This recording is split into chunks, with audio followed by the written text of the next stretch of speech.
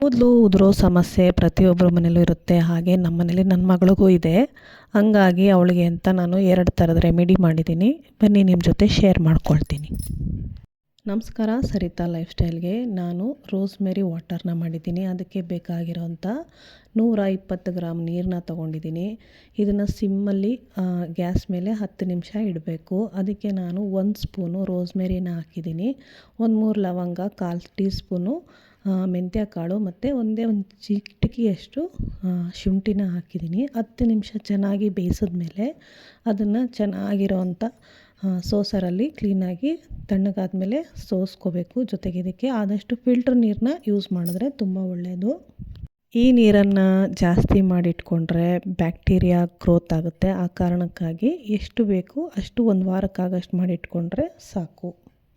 ಇದನ್ನು ಒಂದು ಸ್ಪ್ರೇ ಬಾಟಲ್ಗೆ ನೀಟಾಗಿ ಶೋಧಿಸಿ ಫ್ರಿಜ್ಜಲ್ಲಿ ಇಟ್ಕೋಬೇಕು. ಜೊತೆಗೆ ಇದನ್ನು ಯೂಸ್ ಮಾಡುವಾಗ ದಯವಿಟ್ಟು ನೆನಪಲ್ಲಿಟ್ಕೊಳ್ಳಿ, ಒಂದು ಕಡೆ ನಿಮ್ಮ ತಲೆಯಲ್ಲಿ ಯಾವ್ದಾರು ಒಂದು ಕಡೆ ಕೂದಲಿಗೆ ಇದನ್ನು ಸ್ಪ್ರೇ ಮಾಡಿ 5 ನಿಮಿಷ ನೋಡಿ. ಇಚ್ಚಿಂಗ್ ಆಗಿಲ್ಲ ಅಂದರೆ ದಯವಿಟ್ಟು ಯೂಸ್ ಮಾಡಿ. ಇಲ್ಲಾಂದರೆ ನಿಮಗೆ ಇಚ್ಚಿಂಗ್ ಆಗ್ತಿದೆ ಅಂದರೆ ಇದು ಪ್ರಾಬ್ಲಮ್ ಆಗುತ್ತೆ ಅಂತ, ಆವಾಗ ಇದನ್ನು ಯೂಸ್ ಮಾಡೋಕ್ಕೆ ಹೋಗಬೇಡಿ. ಇದನ್ನು ದಿನ ಬಿಟ್ಟು ದಿನ ನೀವು ಏನು ನಾವು ಹೇಳ್ತೀವಿ ಬುರುಡೆ, ಆ ಕೂದಲು ತೆಗೆದು ಆ ಬುರುಡೆಗೆ ಸ್ಪ್ರೇ ಮಾಡಿದ್ರೆ ಸಾಕು. ಇದಾದಮೇಲೆ ನಾನು ಇನ್ನೊಂದು ರೆಸಿಪಿ ಹೇಳಬೇಕು ಅಂದ್ಕೊಂಡಿರೋದು ಬೆಟ್ಟದ ನೆಲ್ಲಿಕಾಯಿ. ಅದನ್ನು ಕ್ಲೀನಾಗಿ ತೊಳೆದು ಕಟ್ ಮಾಡಿಟ್ಕೊಂಡು ಅದಕ್ಕೆ ಸ್ವಲ್ಪ ಶುಂಠಿ ಮತ್ತು ಪುದೀನ ಹಾಕಿ ಚೆನ್ನಾಗಿ ಗ್ರೈಂಡ್ ಮಾಡಿಕೊಂಡು ಅದಕ್ಕೆ ಸ್ವಲ್ಪ ನೀರನ್ನ ಜಾಸ್ತಿನೇ ಹಾಕ್ಕೊಂಡಿದ್ದೆ. ಇದರಲ್ಲಿ ನೀರಿನ ವಿಶೇಷ ಅಂದರೆ ನಾನು ಅದನ್ನು ಶೋಧಿಸಿಲ್ಲ.